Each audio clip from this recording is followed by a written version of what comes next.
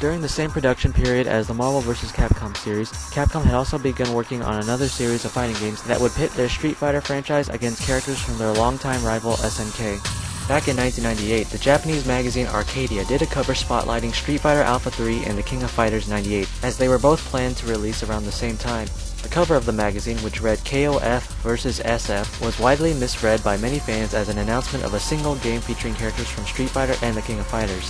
The following uproar from fans supposedly led to Capcom and SNK signing a deal in 1999 that would allow each company to produce 2 fighting games using both franchises. According to the deal, if one company produced a game, the company that distributed the game would receive all the profits and not the company that had licensed their characters for use. SNK was currently under financial strain after they started becoming underfinanced by their new owner, Aruz, a company best known for its pachinko machines. So SNK decided that for their first crossover fighting game, they would release it on their new Neo Geo Pocket handheld system. It would be developed by DIMPS, a company founded by Street Fighter's original creators Takashi Nishiyama and Hiroshi Matsumoto. The game was titled SNK vs. Capcom: The Match of the Millennium and released in 1999. The game featured 26 characters from Street Fighter, Darkstalkers, The King of Fighters, and Samurai Showdown. Players could choose to fight in a one-on-one battle, tag team like Marvel vs. Capcom, or a team battle like the King of Fighters series. They could choose between 3 different styles that would change how their super combos work. Players could choose from a style similar to Street Fighter Alpha, and 2 modes similar to the one found in the King of Fighters 98. With its great controls, wealth of game styles and modes, SNK vs. Capcom: The Match of the Millennium is often regarded as the greatest handheld fighting game ever made. Unfortunately, with the success of the Game Boy Color, Nintendo's Pokemon, the anticipation of the Game Boy Advance, and SNK being purchased by Japanese pachinko manufacturer Aruz, the Neo Geo Pocket Color was eventually discontinued, so many people were never able to experience the game for themselves. A handful of collectible card games featuring SNK's and Capcom's properties soon followed but sold poorly. By the time Capcom released their first crossover fighting game from the deal, SNK had retreated from the American market and would also receive none of the profits that would come from it. The game would run on Sega's Naomi hardware and be titled Capcom vs. SNK Millennium Fight 2000. The game featured team-based battles, used a 4-button control scheme similar to many SNK fighting games, and featured the groove system and ratio system. The groove system referred to the different attack meters that players could choose from. They could choose between the SNK groove based on the extra mode used in the King of Fighters games, and the Capcom groove based on the gameplay system for Street Fighter Alpha. The ratio system is used to divide the game's roster by each character's overall offense and defense, which ranged from 1 to 4. Players could choose to have 1 to 4 characters on their team as long as their combined ratio equaled or didn't go higher than 4. The game featured 33 characters primarily from Street Fighter and the King of Fighters, along with some from Darkstalkers and Samurai Showdown.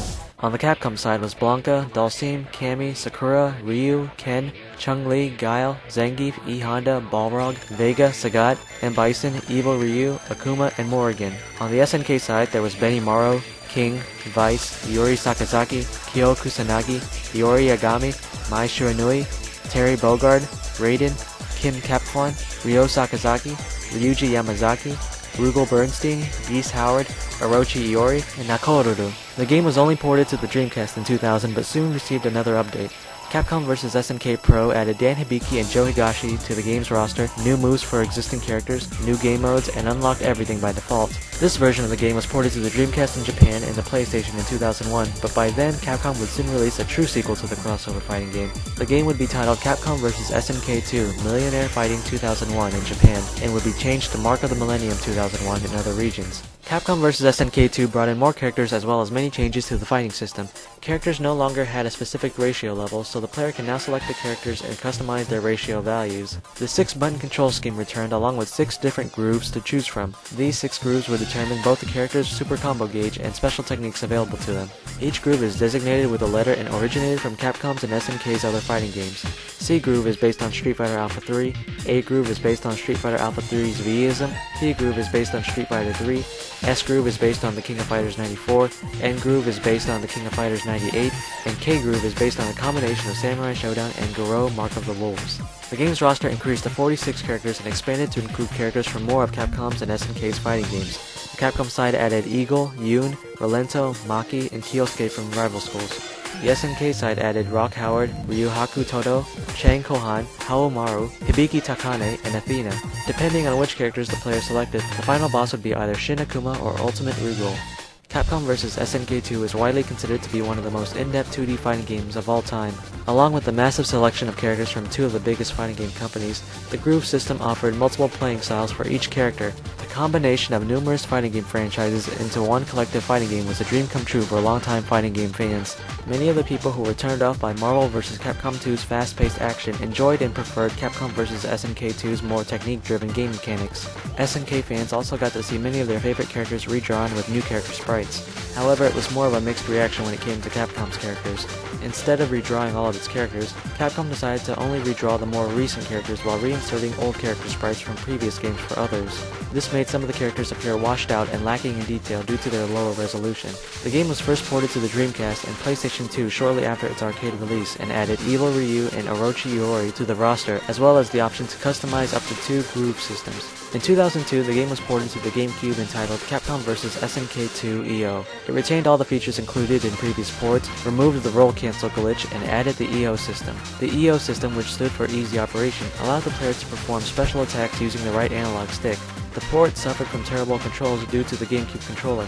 In 2003, Capcom vs. SNK 2 was ported again to the Xbox and became one of the first fighting games to include online play over Xbox Live. 2001 would not only mark the year of Capcom vs. SNK 2's release in arcades, but also the year that SNK declared bankruptcy. SNK collapsed on October 22, 2001 and placed the intellectual property rights for its franchises on bidding. Fortunately, SNK's original founder Eikichi Kawasaki left the company along with other executives to found the company named Playmore on August 1, 2001. They soon successfully bought up SNK's intellectual rights and many of the former SNK employees to form SNK Playmore in 2003. The same year saw the release of SNK's second crossover fighting game with Capcom, which was titled SNK vs. Capcom SVC Chaos. The gameplay was based on the King of Fighters 2002 system and featured a 4-button control scheme and one-on-one matches. Other new techniques included the front grand step, groove power gauge, and exceed moves. The game featured 36 characters from various Capcom and SNK games. Despite SNK's efforts, SVC Chaos wasn't as well received as Capcom's Versus fighting games. While the game had a great cast of characters and fans got a chance to see Capcom's characters redrawn by SNK, there were lots of other elements that made the game feel rushed. The fighting mechanics felt unrefined, the collision detection wasn't handled well, and there were play balance issues. The game was also based on the long-running Neo Geo hardware, but the sound effects felt underwhelming and the music was hardly memorable. It felt as though SNK Playmore released the game only to fulfill the rest of their contract with Capcom. Instead of reaching the wide appeal of the prior Versus games, SVC Chaos became a fighting game that only hardcore fans could appreciate.